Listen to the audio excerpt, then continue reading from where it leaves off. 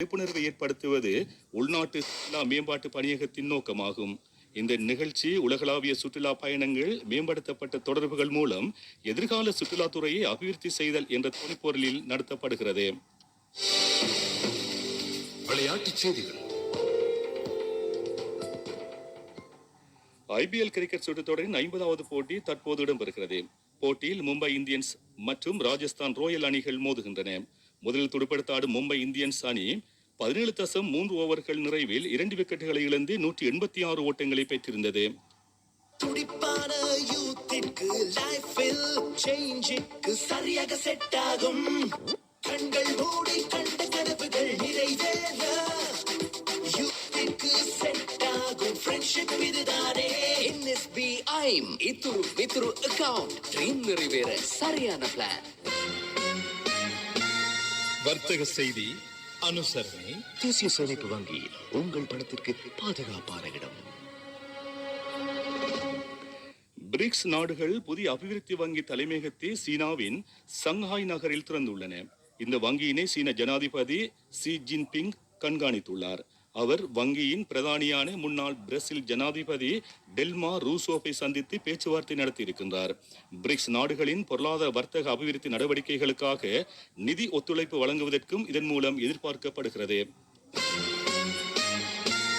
வர்த்தக செய்தி அனுசரணை.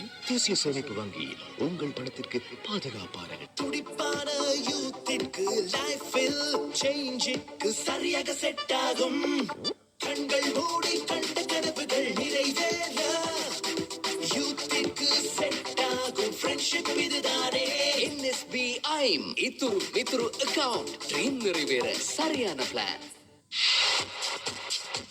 பொருளாதார செய்திகள். விசேட தேவைகளை உடையோரை வளரும் டிஜிட்டல் பொருளாதாரத்தில் இணைத்துக் கொண்டு அர்த்தமுள்ள தொழில் வாய்ப்புகளை உருவாக்கும் விசேட திட்டத்தை டிஜிட்டல் பொருளாதார அமைச்சு வகுத்துள்ளது. அபிவிருத்தி முயற்சியில் எவரையும் கைவிடக்கூடாது என்ற நோக்கத்துடன் இந்த திட்டத்தை வகுத்ததாக பிரதி அமைச்சர் இரங்க வீரரத்ன தெரிவித்துள்ளார். காலநிலை அறிக்கை. பூமியின் வட அரைக்கோணத்தில் இருந்தும் தென் அரைக்கோணத்தில் இருந்தும் வரும் காற்று ஒன்று சேரும் வலயம் ஒன்று உருவாகி இலங்கையின் காலநிலையில் தாக்கம் செலுத்தி வருவதாக வளிமண்டலவியல் திணைக்களம் அறிவித்துள்ளது. இதன் காரணமாக இரவு வேளையில் நாட்டின் அநேக பாகங்களில் மழையோ இடியுடன் கூடிய மழையோ பெய்யலாம். மேல் மாகாணத்திலும் காலி மாத்தறை மாவட்டங்களிலும் காலை நேரத்தில் மழை பெய்யக்கூடும். மத்திய ஊவா கிழக்கு சப்ரகமுவ மாகாணங்களிலும் காலி மாத்தறை புலனறுவி மாவட்டங்களிலும் 55 மில்லிமீட்டரை தாண்டிய அடைமழை பெய்யலாம். மீண்டும் தலைப்புச் செய்திகள். திட்டமிட்ட வேலை திட்டத்தின் கீழ் நாடு கட்டியெழுப்பப்படும் என ஜனாதிபதி உறுதி. உள்ளூராட்சி மன்ற தேர்தலிலும் வெற்றி பெறுவோம் என JVPயின் பிரதான செயலாளர் தெரிவிப்பு. தொழிலாளர்களின் பாதுகாப்பை உறுதிப்படுத்தி தேசிய பொருளாதாரம் கட்டியெழுப்ப முடியும் என நாமல் ராஜபக்ச கூறுகிறார். சப்ரகமுவ பல்கலைக்கழக மாணவரின் மரணம் தொடர்பில் விசாரணைகள் ஆரம்பம். அரசு நிறுவனங்களில் லஞ்சம் ஊழல் மோசடிகள் தொடர்பில் முறையிடவும் விசாரிப்பதற்கும் விசேட பிரிவு. உக்ரைனுடன் பொருளாதார ஒருங்கிணைப்பை ஏற்படுத்தியிருப்பதாக அமெரிக்கா அறிவிப்பு. இத்துடன் இலங்கை ஒலிபரப்பு கூட்டுத்தாபனத்தின் இன்றைய இரவு நேர செய்திகள் நிறைவு பெறுகின்றன. எமது அடுத்த பிரதான செய்தியினை நாளை காலை 6 மணிக்கு நேர்கள் கேட்கலாம்.